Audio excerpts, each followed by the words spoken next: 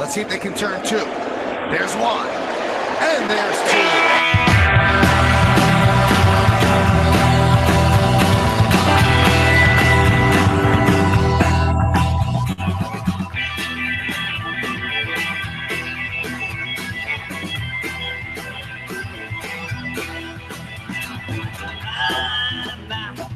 Pretty big fish to fry. It's a pretty big fish to fry. My. It's a pretty big fish to fry. It's a pretty big fish to fry. My. Last weekend I very thought I'd make it out alive. Told myself I'd take time and give the world a try. I wasn't alive. My. Oh, it is Monday, October the 17th. You are checking out the premier sports and beer podcast coming to you from, at this point, various parts throughout the United States of America. You're checking out Turn 2, the average sports fan's turn to talk to you, the average sports fan, about what's going on in the world of sports. Thank you very much for taking the time to listen. My name is Jeff. I'm joined each and every week by our distinguished panel. This week, coming from Denver, we got Brett. Howdy, buddy. We got from Jersey City, we got Ras. Mr. Guess. He's learned how to use a microphone, folks. And from Whippany, we got Paul. What's up, Jeff? That was Ampo. That couldn't figure out the microphone situation. Well, yours sounds like You garbage. sound terrible right now. You better move. You sound like you have something in your mouth there, Rez. You really sound like you just made one of those commercials for the non-smoking campaigns. So I've been doing podcasts for 7 years.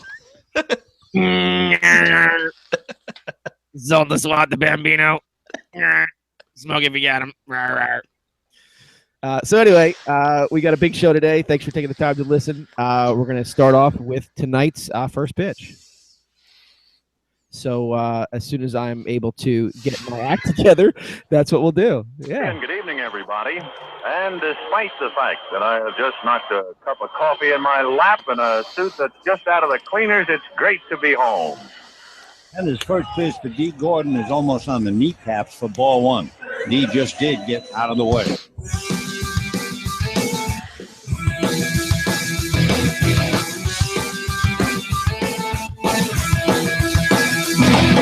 It's the first pitch. All right, so this week's first pitch takes us all the way to the big bad town of Whippany.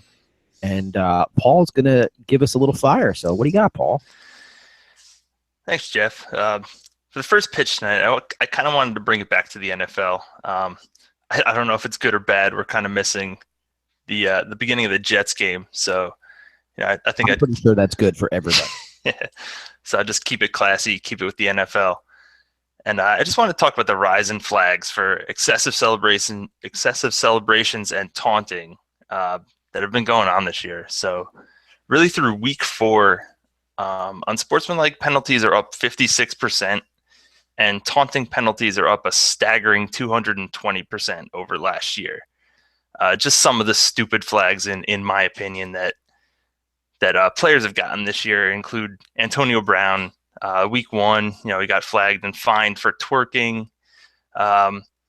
Next week or a couple weeks later, he was pelvic thrusting in the end zone, which, obviously is not allowed, especially with these NFL teams that, employ scantily clad cheerleaders who, are doing the same thing on the sidelines. And, the NFL cameramen, show them in and out of commercials breaks. So, another double standard by the NFL. But, Vernon Davis got flagged this week. He faked, or he pretended he was shooting a foul shot, shot the football through the uprights.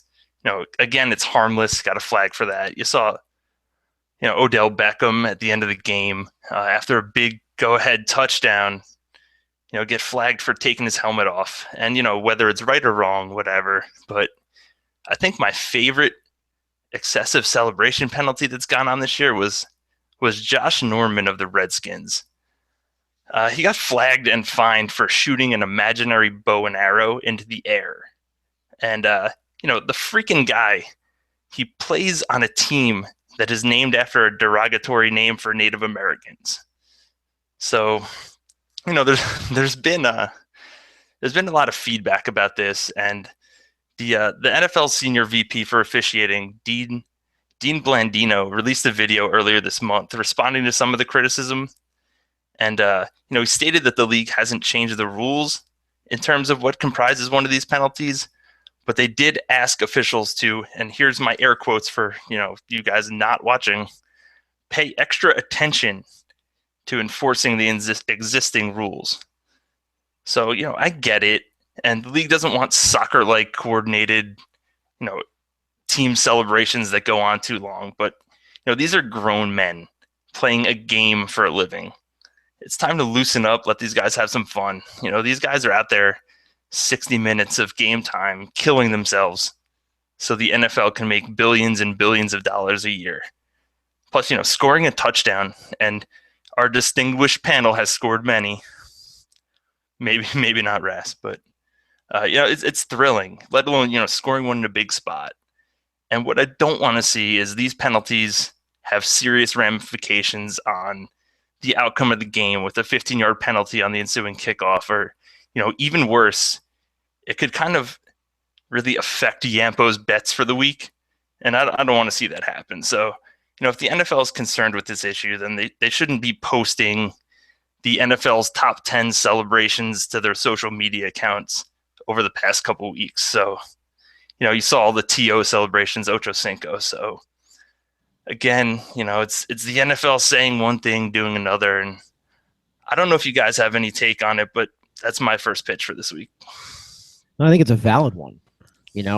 I was listening to all sorts of sports talk today, and I'm trying to remember, a number of years ago when all this stuff was happening and all the old fogies were making a big stink over the fact that T.O. had popcorn, that he took a Sharpie out of his sock and signed something. And I remember at the time loving it. Like, as a young sports fan, I remember loving every single bit of it. And now I feel like we're getting the same flack, but I kind of see myself on the other side of it. I look at something like what Odell did yesterday, and I think that's not even really a celebration. Like, what he was doing yesterday was just weird. It wasn't entertaining. It wasn't funny. It was just strange. And like the whole thing with the net, the first time he did it, it was cool because he was acting as if he could really poke fun at himself. And I get that. And I think that's funny and it's good. But he's done it like 3 or 4 times since. So I don't get some of it. So do I think it needs to be a big deal? No, but I do think, and I have this question that I want to throw out to you guys too. I'll let you guys give your take on what he has to say first. But Odell took his helmet off on the field, which you just can't do. You just can't do it. So my thing on that is he was through the back of the end zone, right? So if you're going to be strict by the book like the NFL likes to be, he was out of the back of the end zone, never stepped foot back in the playing field. So what distinguishes being on the field with your helmet off? Your point's right, Paul, but that's so semantics to me. You're right. Technically, you are correct.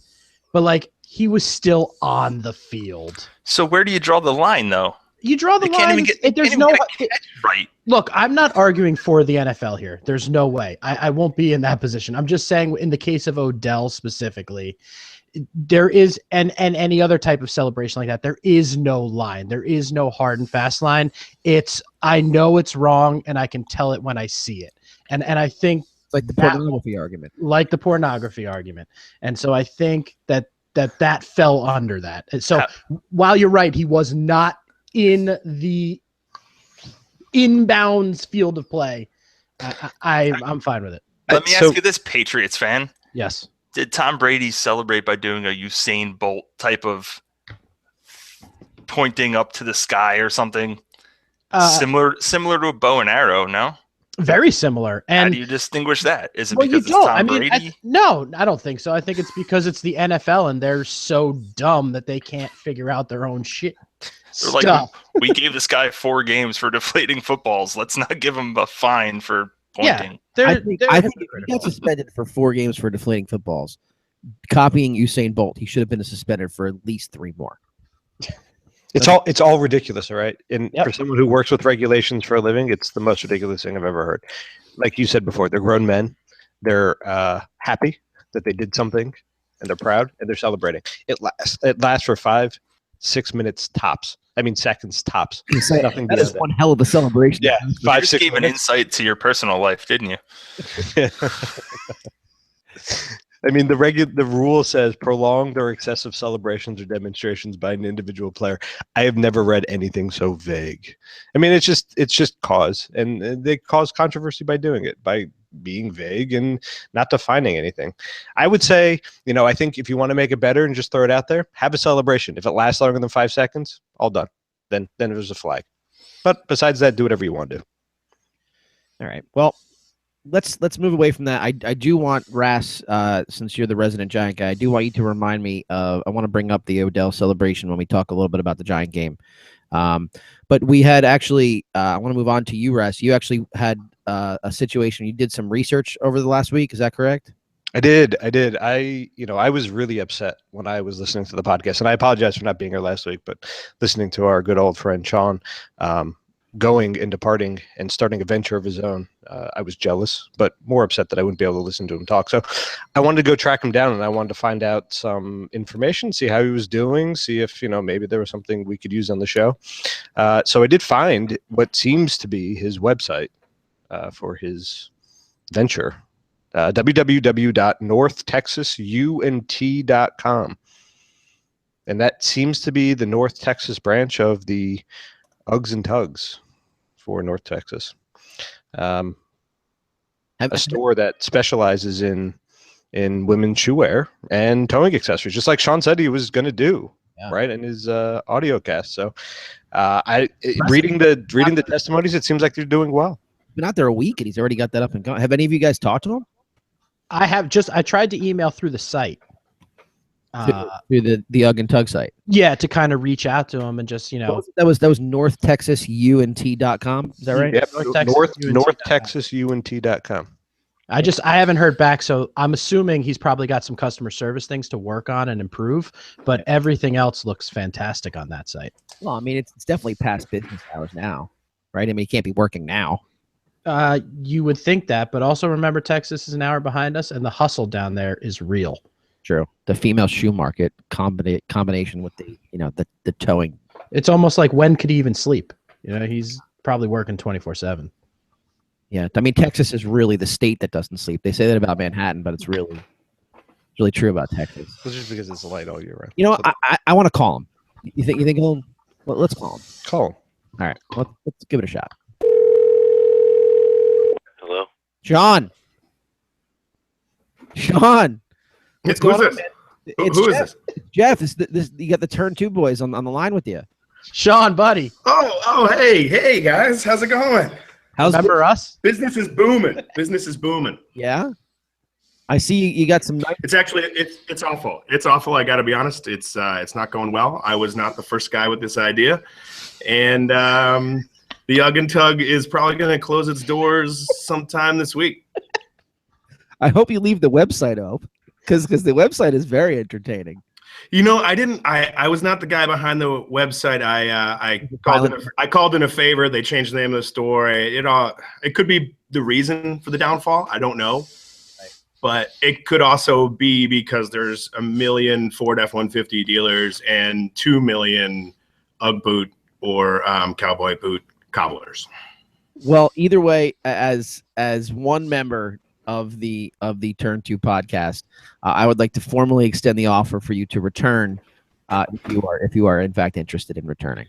That'd be great. I really don't have much going on right now in my life, so yeah, I would love to come back. And we do encourage you, since we know that every listener to this show is very good at responding to all sorts of websites and emails. We do encourage you to visit NorthTexasUNT.com.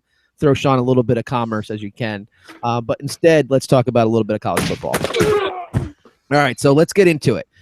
We've got a lot of discussion lately about coaching going on in college football, specifically schools that are showing similarities to the NFL and bouncing a coach, just because he can't turn things around immediately. I saw that happen at Baylor this week. Baylor, is that correct, or Butler? I don't know. One of those schools that I don't care about. They bounced the coach very, very quickly. We saw Les Miles get canned at the beginning of the year. Georgia last year. Talk to us a little bit about what's going on with that, Sean, I mean, what's your opinion on that whole take? Yeah, I don't like it. I think, as you kind of mentioned, and I just like to plug one more time before we actually get into it, NorthTexasUNT.com. But I don't really like it. Schools, as you said, are kind of like NFL teams. They're just worried about profitability. I think on the college side, it takes a lot more time to do it, to get to a point where you're winning a lot of games and you've turned a program around. It's not like the NFL in that regard, where everybody on the field should be theoretically a professional, and it's just very different in my opinion. If you're talking about a coach who's been there for 10 years, like a Les Miles, and he ends up not fitting, or trending along with the way that the sport's going, then yeah, you can him. They thought they were going to do it last year. They held on because he won a game. Wow. But I think if you're talking about the coaches who are a year or two in, the Charlie Strongs, people like that, where the expectations are just so high, and you're going to go talk about Canada. He hasn't even had a full 4-year recruiting class. I think that's BS. There's some coaches who have been able to do it. Nick Saban, Urban Meyer, good examples. Tom Herman, we've talked a lot about on this show, is another great example. I think we go to those examples and we're like, we hold everybody to that standard, which is exactly. Insane. It is.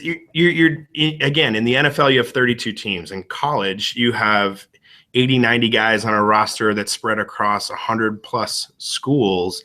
It's just not, you can't compare them. And I think you're right. You look at a coach who can turn something around quickly, but Urban had a pretty good roster going into that situation. He's a great coach, but like Tom Herman's probably the best example of turning something around quickly. But yeah, I agree. You just move to that because you expect it because you're a fan and you want to win now. But I don't necessarily subscribe to that theory. So Brett, let's bring you in on this because I know that I'm here. A Notre Dame guy. I enjoy the Irish. You didn't go there, but you're a fan. No, I didn't go there. Just like I am. We've been watching that team since we were little. Yes. Memories of guys like Jerome Bettis playing on the field and the Rick bus, Meyer. Maybe. Yeah. We've seen our fair share of coaches kind of come through and get tossed aside from there. I think Notre Dame is a huge victim of that. Over the course of the last decade and a half, bringing guys in, having a cup of coffee, and then saying, "All right, it's time." You didn't do it. Sure.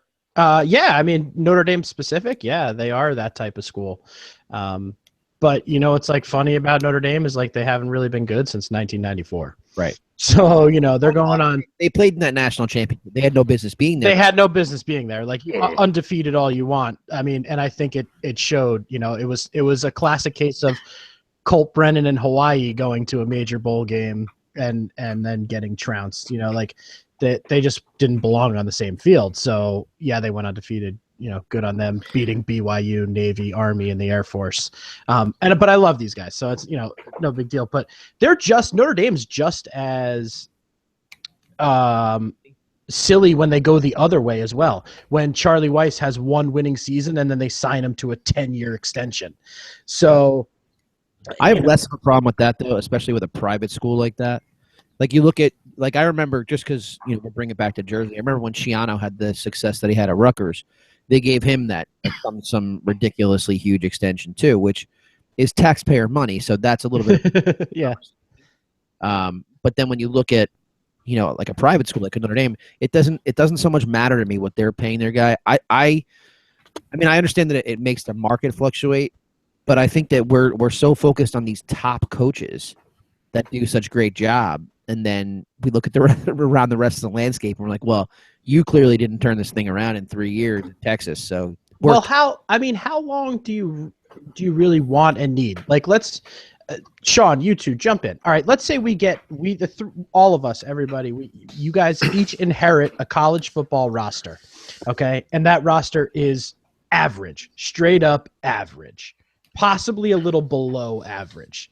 How many years do you need in order to turn that into a contender, and how many years should you get to have to do that? I think it's 4 years. I think you have to see a full cycle of recruits come through, and you have the ability to actually dictate what that is. Those kids aren't used to playing in a system. I think it's 4 years. I think it's at least 4 years, if not 6 to 8 years at the college level. That's absurd to me. 4 I can see. that's Six to 8's insane. I don't disagree, but you're talking about a situation where you have multiple factors coming in here, right? One, you have an entire class of kids, so every year, and there's an entire 4 years of kids that were there. So let's say you take Sean's situation, you let them all go out, and you have entire 4 years of recruiting, and that brings a whole new class in, right?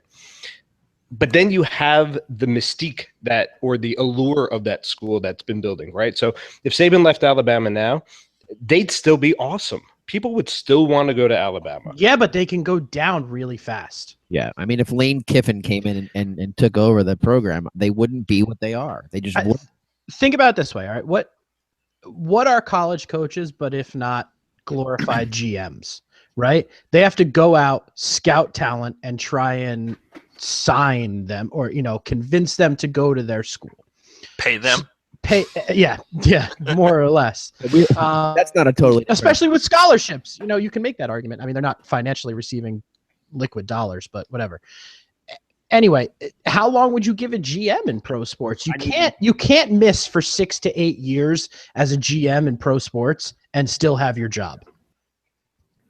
There's so many other factors, though, in a pro sport. You're talking about straight up dollars, right? Like you're talking about college. Correction. You're talking about liquid dollars as Is that what you pay your hot guys with? That is. You got to have that liquid cash, man. Yeah. So I think it's a completely different situation. I think in pro, you have money at stake. You can offer – they don't care where they play usually in professional sports. They're looking at dollars. In college, there's so many different factors, including education, if we actually want to include we should as not. part of this discussion. We should not. But, a Stanford has a very different opportunity for a kid who wants to play. They have very different standards for who they recruit. I think it's completely different. I don't think you can compare them to a GM. What I do agree with, though, is that a coach makes an enormous difference. You can't, look at Malzahn, leaves for a year. They tank. He was the offensive coordinator. He comes back, and now all of a sudden they're in playoff contention. They're winning games. They're not as great now, but in a year you saw a big difference. Urban steps in and takes over a team, and they win a national championship. It is pretty simple when it comes down to good coaching in college. So are they worth it? Should they bounce around? Should they get the dollars? I do agree. But what I don't like, and I think, Ras, you said this a few weeks back, the only thing that is good that comes from firing a coach in 2 years or mid-season is that you're pacifying donors or you're pacifying fans for what I don't know. You hired a guy to build a boosters, money, it's an emotional reaction. Yeah, boosters is money. I mean, you played within a college program. Granted, it wasn't on the level that we're talking about these guys playing, but It was big money program. Big money program. But talk about, I guess, the consistency of playing for this within the same system for however many years. I mean, being in the same system, the recruits that come in, you get to learn, you gain comfort. If that changes, and here on the college level and the pro level, having to learn a new system, new terminology, new plays, new schemes, and it just takes time, and you don't have that comfort level to just kind of go out there and be reactionary. You're kind of just making sure you're in the right spot, but maybe not playing at full speed. Yeah. So how many years did you give it? I mean, it would take at least 2 years to be comfortable in an offense. Speaking from an offensive side, obviously, I think 2 years you gain comfort. 3 years, you start moving a little quicker, and then the coaches can see what's working, and they put that knowledge out when they're recruiting. They see what fits, what works. You kind of see these programs that seem to just replace the same kind of pieces year after year, and that's just a testament to the coaches knowing what they need for their offense to be successful at that level. Yeah. Yes. How awful is it for these kids too? They get recruited by a coach. He gets canned. You went there to play for that coach. And by the way, if you want to transfer and follow that guy or go somewhere else because there's a new system in there, you have to sit a year. The transfer rules are ridiculous. How is that fair? It's The awful. transfer rules are silly. But I also silly. think that's why you see a lot of these guys that are going to Alabama they're loaded, like three guys deep at a position because Saban's not going anywhere. You know what I mean? So you're a guy, you're the number 4 D-back in the country, and you're in your recruiting class, and you go to Alabama. Even if you got to stay till your senior year, at least you know you're going to play in a system and you're going to get a chance to shine, and the NFL is going to look at you and say, all right, you're playing for Nick Saban, so you can play. Unless, of course, Yeah, but there's no. and then you go to the Jets. There's no beaches in Alabama. There are no beaches in Alabama. Actually, that's a lie. There's probably There's not good ones. There's not Miami style. But I think regardless of what the time frame is that we're talking about here, I think we all tend to agree that it's all about coaching. So I guess that leads me to, the question that I have for you, and I'll throw it to you, Sean, and then I guess anybody else can chime in. Who are your top coaches in college today, and maybe why? Today, yeah. It's an interesting question. Oddly enough, my buddy Sam from here in Chicago asked me the same thing the other day. I think it depends on your criteria. We talked through a good bit of that just now, but from my perspective, there's 3 things. One is a coach's long-term effect on a program. Can he recruit well? Can he get depth? Can he create a sustainable winning program, regardless of talent, that is competitive and a perennial contender for a conference championship or national championship? That's easy, right? That's called winning. 2 is creating a culture that kids can just buy into. How do you get these kids who are all respective all-stars, right? They're coming from all over the country. They're the best kid at their program. How do you get them to buy into a system and play as one and get them to understand the bigger parts of things, that they need to go to class, that they need to do this? It's not just a waiting time for the NFL. That's a hard conversation to have with a top-tier athlete who thinks they're just about everything. And then 3, if you look at the short term, a good coach will pull you out of a tight game. They will get you that come from behind win. They will help you in that locker room at halftime and make the right adjustments. So that's kind of the criteria that I would go by. Number 1 and 2 are pretty cut and clear. Saban, obvious number 1. If anybody disagreed, we could talk about that, but I doubt that'll pop up. He's just a methodical leader that leaves no stone unturned. 2 years ago, I was at the Sugar Bowl, and I was talking to the Sugar Bowl committee. They told me that one of his assistants called the Sugar Bowl, asked what temperature the dome was so that he can set his practice facility to the same temperature so they practice at that level. It's unbelievable. It's like Belichick. He is the Belichick of college football. I believe that wholeheartedly. The guy eats a wedge salad with ranch dressing every day so that he doesn't waste time that he could be spending making decisions on his program. That's how he thinks. It's crazy. God, I don't want to be friends with him. I hate him even more because he has no palate. Dang. He probably wouldn't participate in halftime here. Urban Meyer's an easy number 2. He's very different than Saban. He's much more that culture guy. Players love him. Beyond Ohio State, I actually think he's pretty much responsible for progressing the Big Ten. Before he entered, no one was spreading it out. No one was throwing the ball 40, 50 times. It was an old school offense that left that conference completely behind the SEC. Now you see they've got 4 top 10 teams in the country. I think he's a good part of that because you couldn't keep up with Ohio State and you had to start figuring this stuff out.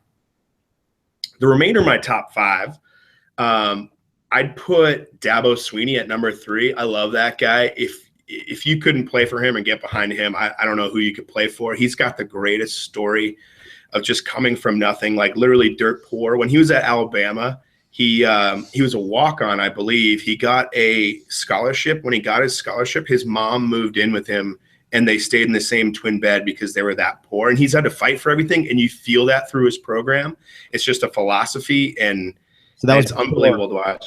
That was before Alabama was paying players? That is correct. Yes. That makes sense. Yep. But he got a great education. Number 4 would be, I'd say a tie. I have Mark D'Antonio and David Shaw. They're actually, if you look at them on paper, very similar coaches. They've won their respective conferences in the same years, actually, 2011, 13, and 15.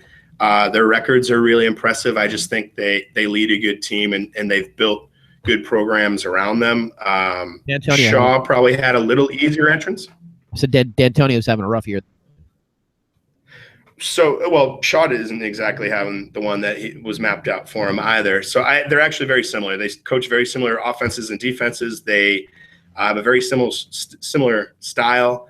I just think they're good coaches that build long-term programs. And I don't know if I have to say who my number 5 is. Can you guys guess who my number 5 is? Booger Eater. He's definitely You got a it. Eater. Yeah. He is. He turned a very bad Michigan team around very quickly. And by the way, he did pretty damn good at Stanford, and he brought a 49ers team to the Super Bowl. He's a great coach. It's in his blood. There's no surprises there. His recruiting tactics include sleeping over at a recruit's house. It's creepy. He was in a rap video, and he attends Monday Night Raw. How do you not play for that guy? I don't know. If I woke up in the middle of the night and Harbaugh was standing over my bed, dude, I think I'm passing. Over your bed watching like the WWE Network, like a Monday Night Raw from Wearing his stupid khakis. Yeah. He had to have slept in them. Does he sleep in khakis with a Stone Cold Austin 316 shirt? That's his undershirt. Yeah, I don't know. Whatever that guy's selling, I'm buying, assuming it's not Uggs and trucks. But. Well, this is kind of our parting shot for this though, because how long has Harbaugh been at Michigan? 2 years. This is year 2. So he hasn't even completed 2 full years, and he's completely turned around a program that was a goddamn dumpster fire when he got there. So to all of our points, we all said, I think Paul said maybe 2, right? But the rest of us, at least 4. Rass has given the guys a freaking 6 years. Decade. Yeah. I think that the clock is ticking on 2-term president, so it's fine. I think the clock's ticking on year 3 for me, and by year 4, Yes. if the data says we're not trending in the right direction, our offense isn't gaining more yards, scoring more points, our defense isn't stopping more and giving up less points, then you're on your way out after 4. Right. So again, Absolutely. to my point from the beginning, we're judging some of these coaches by guys like those top 5 that you just gave there, Sean. So realistically, not everybody's going to be Jim Harbaugh. Not everybody's going to come in there to a place where the cupboard is bare and turn the thing around in 2 years. So 2 years is probably your absolute best case scenario, because it's one of the best coaches in all of football. Yeah, it's the same timeline I guess you'd give a CMO or a CEO at a company, right? Like, if you haven't turned the company around, well then. Yep. But we're dealing with children, not adults. Right. And it's all about the hand you've been dealt. So I guess there's similarities there. All right. Does So anybody else have other top 5s that are better coaches they would nominate over that? Now you nailed it. I definitely don't have anybody better. No, and I honestly don't have any skin in the game, but just based on some research, what Bill Snyder's done at K-State there, I think is consistent. It's consistent and somewhat impressive. You and your research. What was the last college football game you watched? 1984. The guy's gonna fall over on the sideline. Well, it's possible. Joe Pop made it. He's pretty well. Of course he did. You keep saying Joe Pop. You keep saying Joe Pop. Yes, Joe Pop. So it's like we live in like the middle of like Alabama, where every soda is called Pop. It's so deep. Would you like to class a Joe Pop? Out in the middle of Pennsylvania. It's the middle of nowhere. I love Joe Pop. The middle of nowhere. They get away with all such crazy things there in the middle of nowhere. Joe Pop gets 1 thumbs up. Happy That's how about. they. We did get 1 thumbs up. That's how they lure all the kids in with the Joe Pop. No, how about this one? On that note, We have another. Think I'll have myself a beer. Think I'll have myself a all right. So that'll bring us to the end, or not the end, to almost the end of the Rocktober beer series that Brett has laid out for us. Brett, Yeah. take us to what this one is this week. You forgot to ask Sean. Hey, Sean, you want to stick around? I like when you do that, and then he says yes, and then you nail the music. Oh, wait, hold on. Hey, Sean. Hey, Sean. Yeah. You want to stick around? Well, my bill from the Ugg and Tug is getting long. I'm on restricted minutes. I might have to cut out. Call me back after 9. It is after 9. Only on the East Coast. Yeah. Yeah, in I'm still Texas, working hard here. Texas, where his women's shoes and big truck add-ons store. What is it called again? Ugg and Tug? What is it actually called? NorthTexas.com. All right, Brett, introduce them. Okay, I got you. All right, we went back. To back. I was waiting back. Get it? All right. We went back to Southern Tier this week for their Blackwater Series Warlock. This what I've been trying to do for our October beer series is kind of, I guess, build. I guess I've been trying to lay a foundation and then get, from my least favorite beers up to my favorites. This week, this is probably my second favorite seasonal pumpkin beer out there on the market right now. Southern Tier's Warlock. It what it actually is an imperial stout. So clocking in at 10% is a rough one to possibly maybe review on a Monday night, but it's not terrible.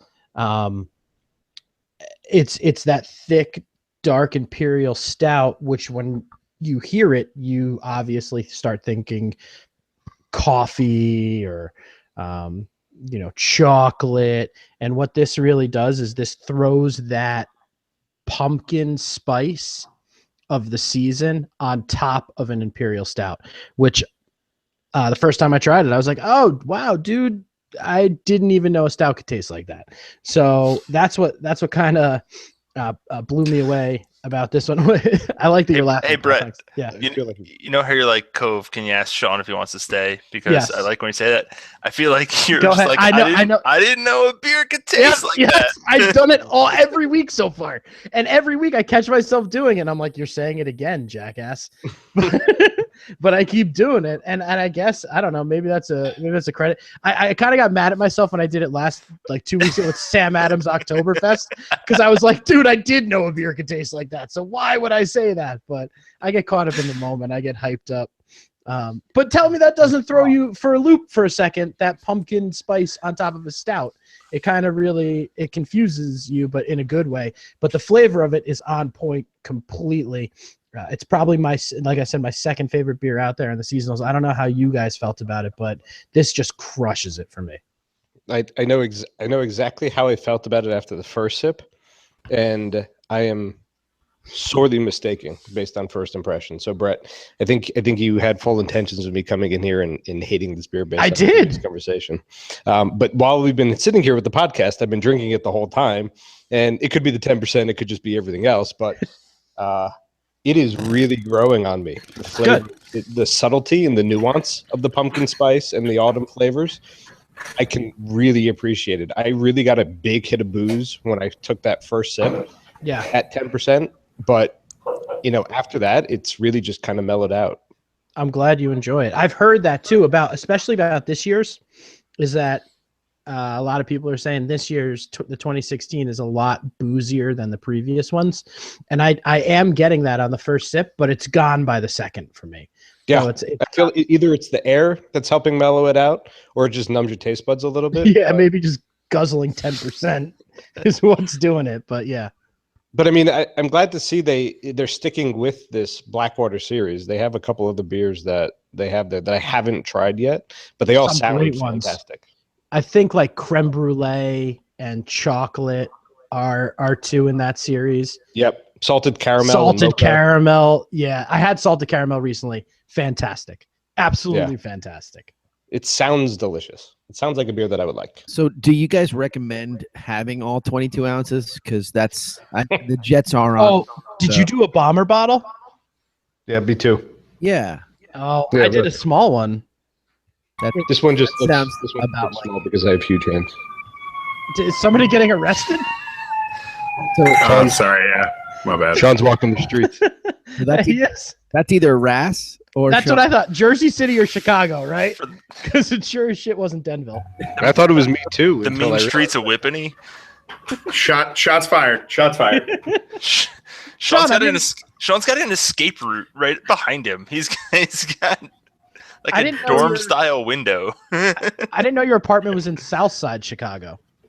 Well, sorry, to be clear, I'm still in Texas, but Oh, yeah, my that's apartment. right. The illusion. I happen to reside in a nicer area than the South Side, just near a hospital, though. So I know that Sean, you When don't I'm in Chicago.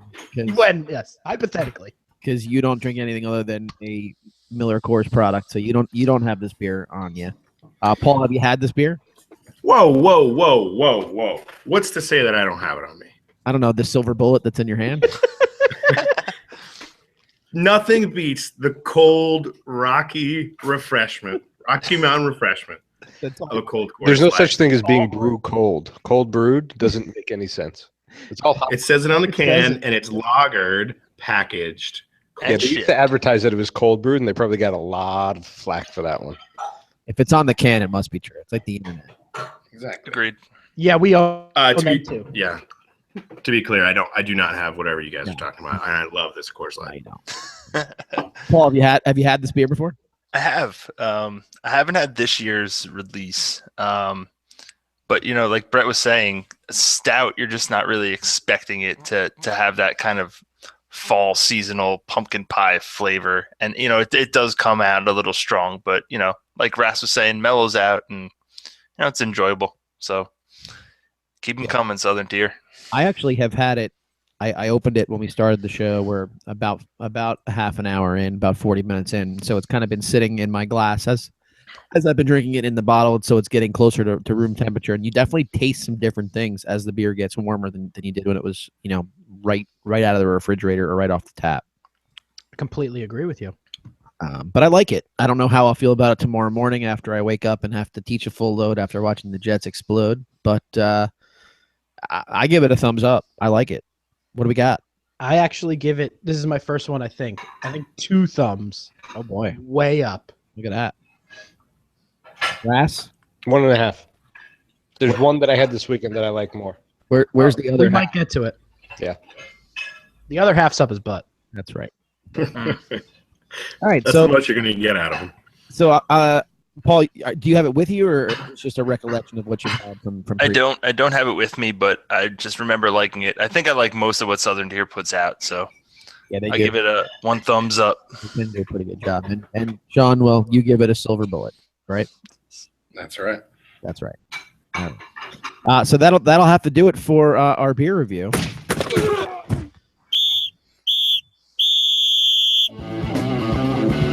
And so that'll take us out of halftime, and it'll bring us to discussing the National Football League. As we currently are recording this podcast, the New York Football Jets are driving the ball right now on the Cardinals in Arizona.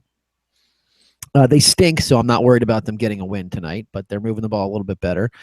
Let's talk a little bit about what went on, I guess, this week in the league.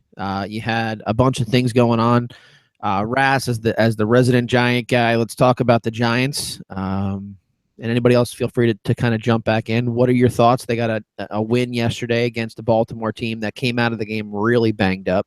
What are your thoughts on the Giants, getting the win yesterday? I'm sorry, Yampo is your resident Giant guy. Yeah, you're the resident Viking fan. I'm a Viking fan. He's not here, so we're gonna I guess pretend that you're the Giant fan. I don't know. He'll be back next week. We get Giants updates next week. But Ras, All right, well then, Ras, no, there was that's fine. football on yesterday, Ras. I can give you a comment. I watched the first 12 minutes of the game and then slept until 2:30, 3 o'clock. But what I saw was exactly what I would expect to see from the Giants. They tried to lose the game. They won because they had a couple big plays. They have a 22-month-old that's catching footballs and hugging nets.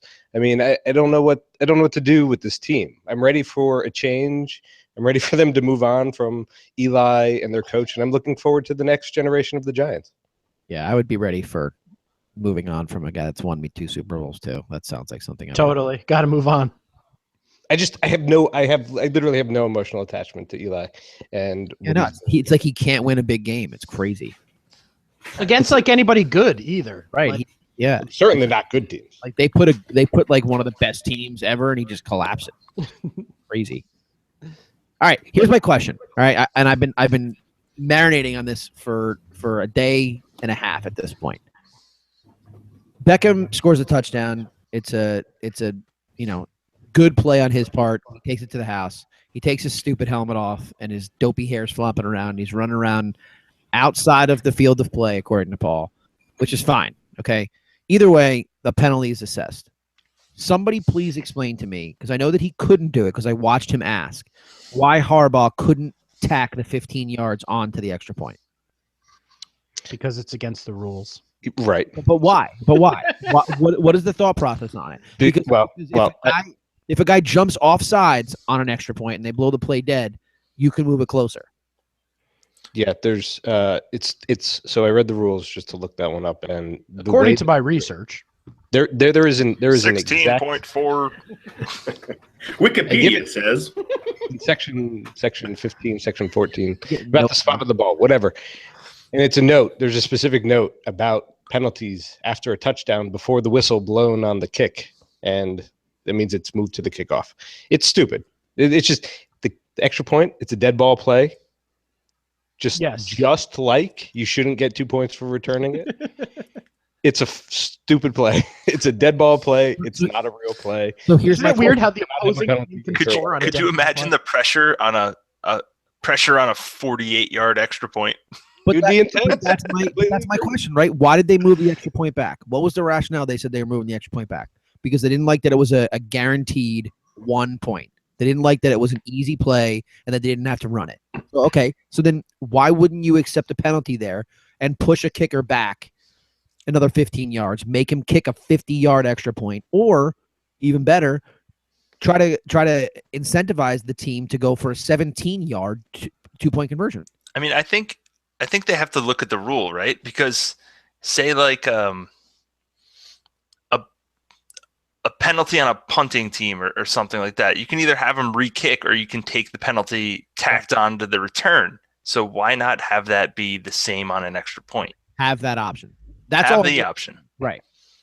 Because realistically, if Harbaugh asked, so if Baltimore had taken that option and it was available to them, it would have pushed it to almost a 50-yard extra point, which is no gimme, especially in the Meadowlands. So if he misses that kick at a 50-yard extra point, you don't need the extra 15 yards on the kickoff because all you have to do is get in field goal range to tie the game to send it into overtime. So if we're really going to move the extra point back because we want it to be a more difficult play and make it a better part of the game, then it's BS. We should allow these penalties to be tacked on to the extra point too. No? Am I wrong? I'm in a weird position of happening to agree with you and not agreeing with your reason behind it. Okay. Like I totally agree that the penalty should be assessed on the extra point. Or the option could exist that you want the penalty to exist on the extra point.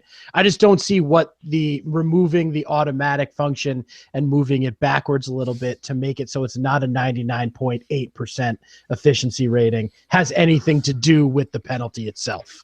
Like I completely agree with you. I think that would have been awesome. And I'm for it. And I think if they went in this offseason and really talked about rule changes, that's something that maybe they should talk about.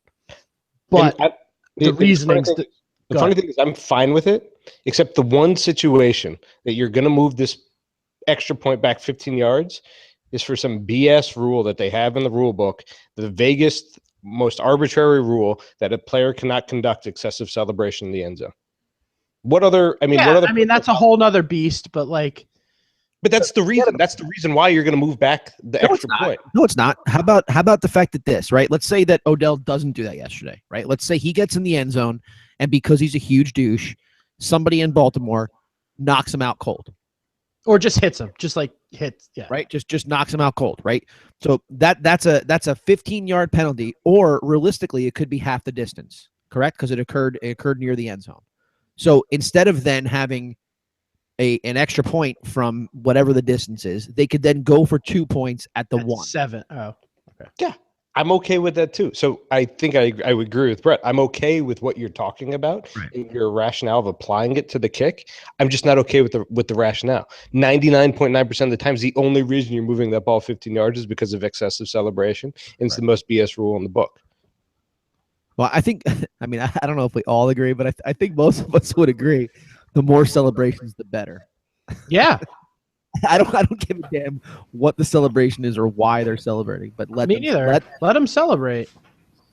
I mean, I'm not on that side necessarily. Like, if I was a player, I liked the like run to the end zone, hand the ball to the official, and run back to your team because I'm not about like me. But watching it, it's awesome. Did you see the guy on the Browns? I think it was the Browns. He scored a touchdown, and he just kind of placed the ball down and walked away like a robot. And they asked him about it. He's like, "Yeah, I'm just mimicking it because it's a stupid rule." Wow. He's like, "I'm just trolling the NFL by doing this." I didn't see that because I didn't know that the Browns scored touchdowns. They get 1 or 2 in a year. They almost won this week. To allow this podcast to talk anymore about the Cleveland Browns. Oh, come on. Hang on. The only thing we've received is hate mail about the fact that we talked about the Browns. It's the only email we've got. Yeah, but have you checked our numbers? They're huge in Cleveland. They are. LeBron loves us. Cleveland rocks. So, Sean, listen, I would be doing a disservice to myself to not take the opportunity to ask you how you feel about your Pittsburgh Steelers losing yesterday to the horrid Miami Dolphins. Big Ben's his meniscus blowing on him during the game, so he's going to miss a minimum of next week. They say, what's your take on Pittsburgh, who had a pretty good start? Now you may be hit by the injury bug and have to go without your quarterback for a couple weeks. No big deal. No big deal. They'll be there at the end. The Steelers. Think? They're still a game up in the North. Yeah. That division's awful, and Ben's going to be out 2 minimum, 6 maximum. I guarantee he comes back within 2 or 3 weeks. Yeah, even though his age, he's a guy that tends to come back way towards the eurlier end of the spectrum of injuries. He played the rest of the game. Yeah, exactly. Series. Yeah. He was like, nobody shot me up with any drugs. Like, shut up. I tore my meniscus. We're about the same age, and I was back to my desk in 2 days. So I think he's just gonna be just fine. Yeah, he'll be good. It's kind of the same job. Yeah, roughly. We're both in sports. That is true. You guys are both in sports. Is that what your business card says? Sean, yeah, in sports. I'm in sports and boots and trucks. All right, let's go back around the league. Brett, your boy Brady, between 2 weeks that he's played, he's thrown for 782, 6 touchdowns. Shockingly, 0 interceptions. It's the best 2-game start of his career. They're going against the Steelers this week. They got no Big Ben. What's your takeaway on your boys? 2 more games to the bye week, but we're on to Pittsburgh. They're a good football team. All right, let's move on from that. I don't want to listen to you at all. So I'm glad you guys catch a break with Pittsburgh because you guys really need any break you can catch without facing Landry Jones. Yeah, Jeff, that was pretty incredible. Good talk. I didn't see that coming. I appreciate your opinion about your boys. That one was for your wife. How about we talk about the Cowboys? Right. I know earlier in the year we had made our predictions about who was going to do what. Tony Romo had been forecasted to be out for a considerable amount of time. The Cowboys just continue to do really, really impressive things. I know that when you look at the whole thing, Ras and Brett, you guys both picked the Giants. I actually picked the Cowboys to win that division. It looks like, Brett, you're the only one who didn't have the Cowboys making the playoffs. I did not. What do we think? If you're, I think they're for real. Forget about all speculation. How are they going to finish the rest of the year? If you're sitting in that seat and Jerry Jones' crazy ego aside, who do you play? Do you play? Do you go back to Romo? What do you do? I brought this up last week on the show. I don't think you guys agreed with me, so I wanted to open up back to you. I said I thought I was in the minority. This is Dak's team. And healthy or not, Romo, I said it, last week, Romo can come back. He can ride the pine for a little bit. If there's a big, situation, lest we not forget, and I hate to tie it back to the Pats, but the year that Bledsoe went down and Brady went in, guess who went down in the AFC Championship game, and guess who had to come in? Brady went down in the title game. Bledsoe came in. and helped lead that team to victory. If there's a point later on in the season that they need Romo for, absolutely you have a great backup to call on. But right now, this is Dak's team, man, and I don't sit him for the rest of the year unless, dire circumstances. Let's put it that way. What do you think, John? Why fix something that's not broke? They have one of the greatest offensive lines in the NFL. Zeke is a great running back. I could run through a few of those roles, even with a repaired meniscus, but I don't think you change it. I think, Brett, you're right. As much as I would love to argue with you, I can't on this one. I think I don't think he's the quarterback of the future for the Cowboys, but in this circumstance, if you are winning, why would you ever change that? Yeah, I mean, it's tough to argue with. Paul, do you have a different take? I wish I did, but I think it's Dak's team, and he's doing it without Dez too. So, it's impressive. He brings a different dynamic, someone you can roll out of the pocket, mobility, not really Tony Romo's thing, but you just can't.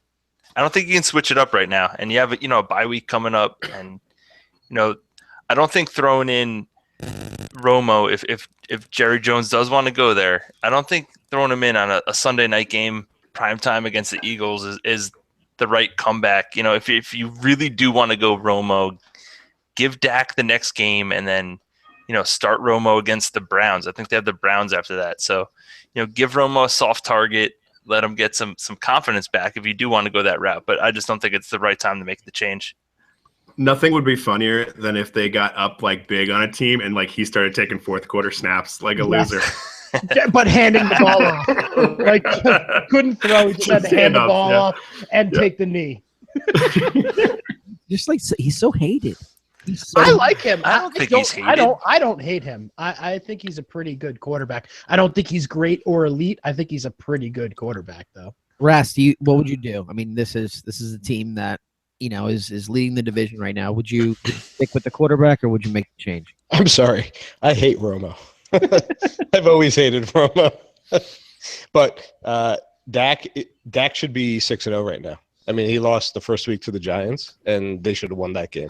And he had a couple of easy games against the Redskins, Bears, 49ers. I wouldn't call that Redskins team easy anymore. They're making moves. Yeah, I know. I don't believe it. I don't believe. I completely agree. I don't believe with them either, but they're not terrible. All right, go ahead. I'm nitpicking. Fair. Go ahead. They're playing better than I think they should statistically. But the Bears and 49ers, I think, were two easy games, and then they handed one to the Bengals and then at the Packers. So I think those were two good challenges for him, and they stepped up. The fact that he has Zeke running the ball is a huge help. And, whether Romo's there or not, I don't know. I don't know if they'd be 5-1, maybe. But I never liked Romo. I would keep Dak in. All right. So my take is I would keep Dak in only because of the injury-prone nature that Romo is. If you make a change and he gets hurt again, then you got to go back to the rookie, and you've already broken up his mojo. I wouldn't do that. We had talked earlier. I think I had mentioned it on here. I know I had talked to my buddy Jerry, who's a big Giant fan. He was excited that Romo got hurt. I said, "You got to be careful that Ewing theory, man. Got to be careful." He went out. Romo's their best player. He went out and bang.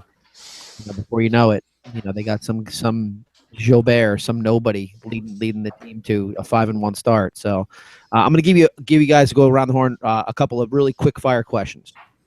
The Bills. We'll start with Brett. Playoffs or no playoffs? I'm going to take that on a week-by-week basis. As of right now, Rex Ryan's still their coach. They still have Tyrod Taylor. I'm gonna say no, but that can change for me further on down the line. Ras, Bills, in or out? Yes. Bills are in. I like them. I think they sneak in. You do? Yeah. Rex gets them in. Sean? Rex gets them in. Yeah, sure. Why not? I think or why not? Who else is going to get the wild card? I don't know. Pittsburgh? Maybe. I don't know. I honestly don't know. I don't know. I really don't know either. It's such a disaster right now. As we're recording, the Jets basically just the Cardinals basically parted the Red Sea and just walked in the end zone from the 3-yard line. So clearly it won't be the Jets. How about we go to another team that had high expectations aside from the Cardinals going into this year is the Panthers. horrible start. They're clearly Yeah. from a number of issues. 1-5. Do they have a shot to come back? No, they don't. And I hate saying that. But I don't think they did a good enough job keeping their defense together. I don't think they didn't pay their cornerbacks, and it's very apparent right now. And they were a team. I don't know if you watch them play, but if I watch somehow, I wind up watching a lot of Panther games on Sundays. It seems to me this team doesn't take this regular season seriously. Like, they're laughing and joking and everybody's having a funny time. Nobody really seems focused. I just feel like they think this is like an NBA regular season that they can just like trot through and then they'll turn it on come playoff time. Weren't they, correct me if I'm wrong, weren't they 8-8 the year prior to making the Super Bowl? I don't know. I don't know. Didn't they have a bad year that year and like they won the division because the division was so bad? I think they were actually 7-8-1. Okay. Yes. I think that we're sitting there saying this team should be terrific is not exactly true. Like they don't have a real record of telling us that they're going to be great. No, but I like them offensively, and I thought their defense was just huge last year. So, like, you combine a good offense with a great defense, and you're going to have good results. But I think they went cheap on the D, and especially cornerback in a passing league. Sorry, guys. So let me get this straight. You are not in favor of going cheap on the D. With liquid money. With liquid cash, I would not recommend going cheap on the D. These hot guys. Okay, that's good to know. That's good to know. Please pair those two together. Pair those two together. Do they have a shot, Ras, of coming back from 1-5? No, I don't think so. I don't see it at all. Paul? No, I don't think so. I'm not sold on Atlanta winning that division, but I don't think Carolina comes back from 1-5.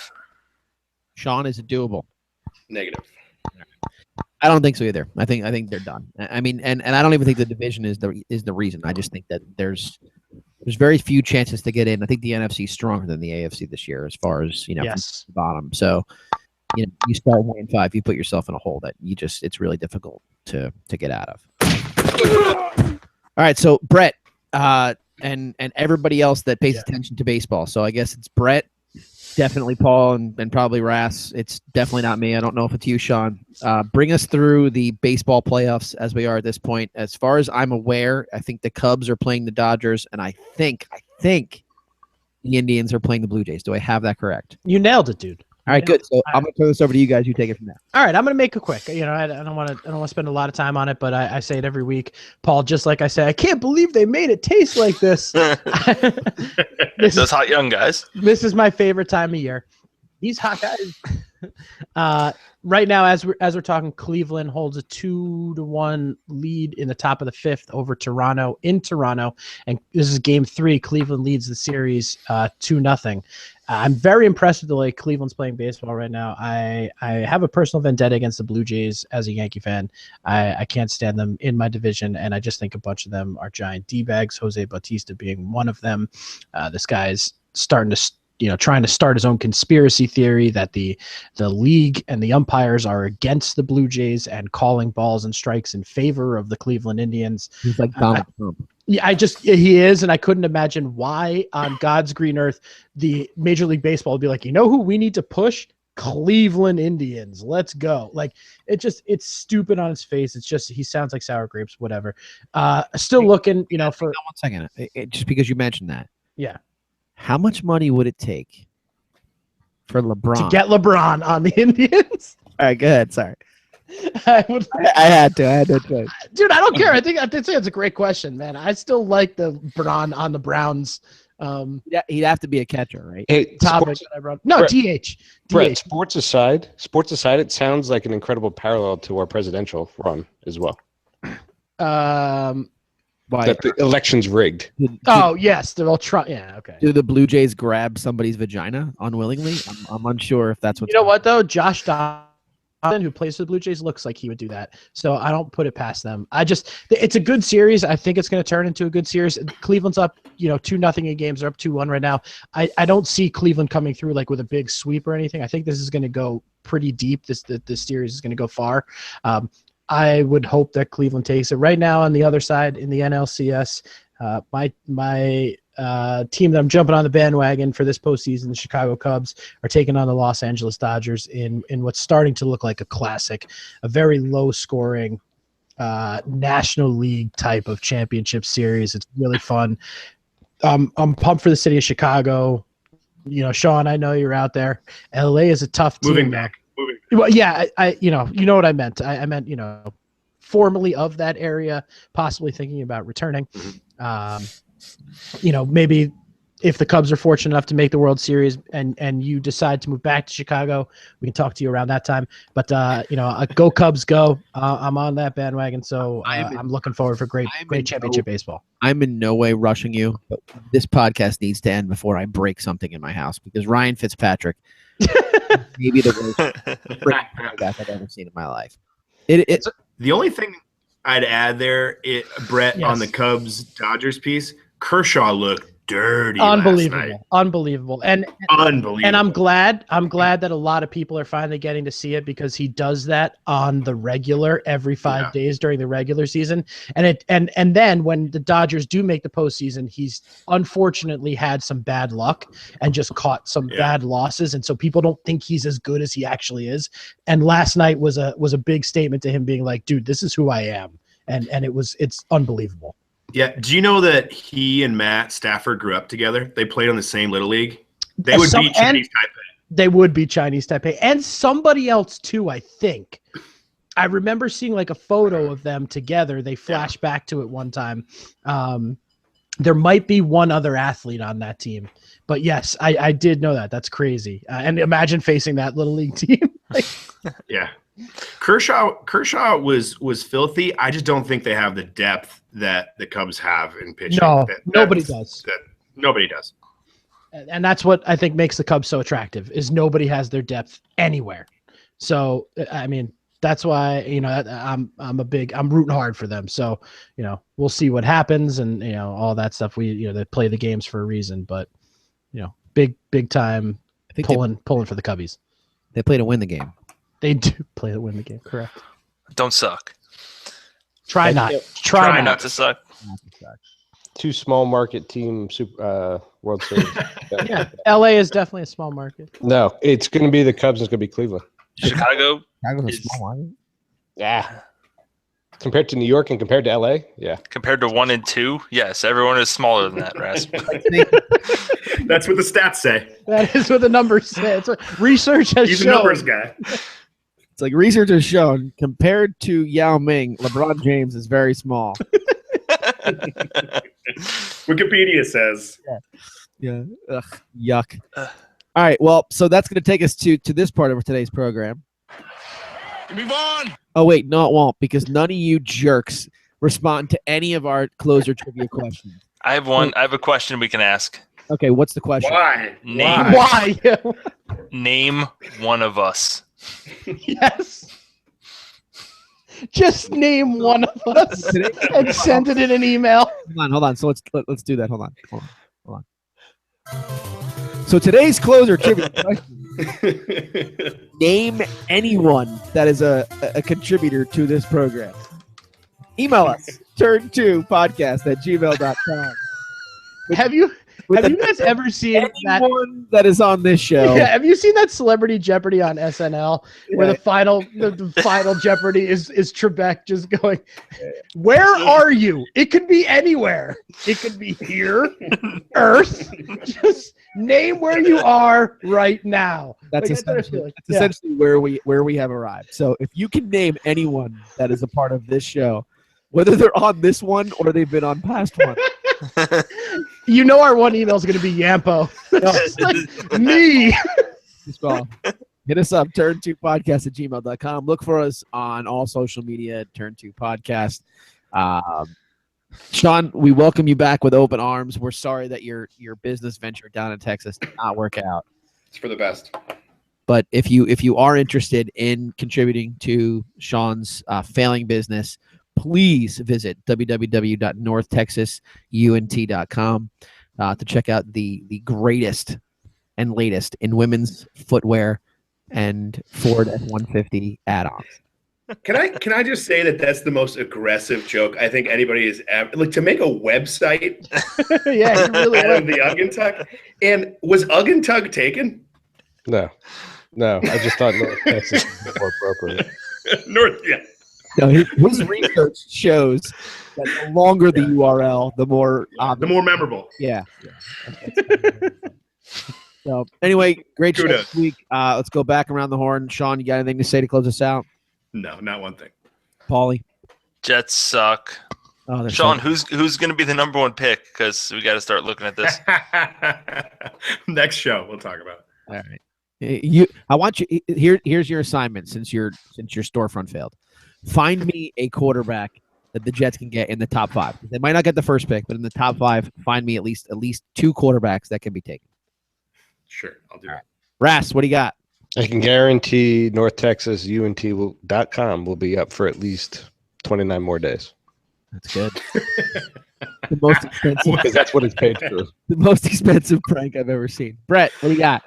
Nothing. Sean, it was great to have you back. I hope things work out with your business. I don't know, but we'll see you as a regular contributor. Guys, had a great night. Thank you. And as we say goodbye to you, Geno Smith appears on my television screen. Stop, really? Nothing says goodbye more than Geno Smith. Desperandum, dear lady. Across the desert lies the promised land. Goodbye, Mrs. Gloop. Auf Wiedersehen. Gesundheit. Farewell. Fare thee well to you, my own true love. River Mercy, fare thee well. I am bound for California, a place that I know right well. So fare thee well, my own true love. When I return united we will be. It's not the leaving of Liverpool that's grieving me, but my darling, when I think of thee.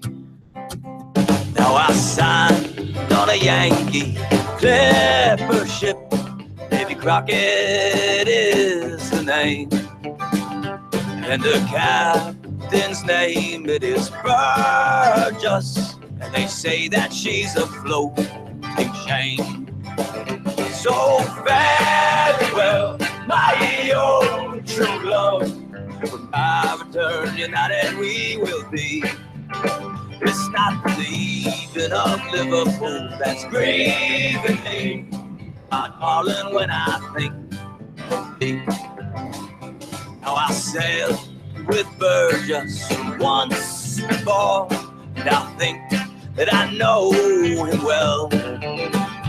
If a man's a sailor, he will get along. If he's not, then he's sure in hell. So farewell, my own true love. When I return united we will be. It's not the leaving of Liverpool that's grieving me, but my darling, when I think of thee. All right, Gio.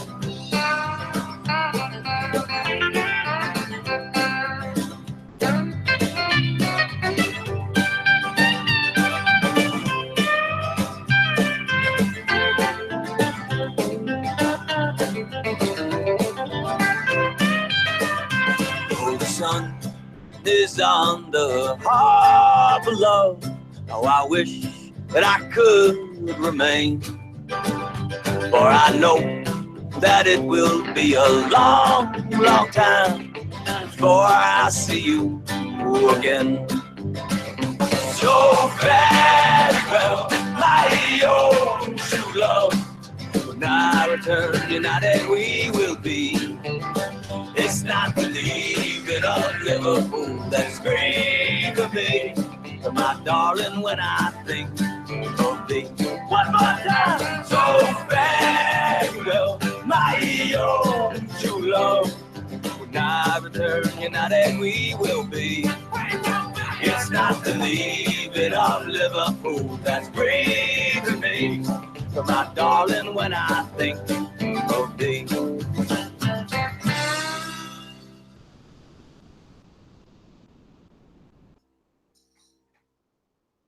Well, my hangover's gone and I'm thirsty for more. Come on, hang on. These hot guys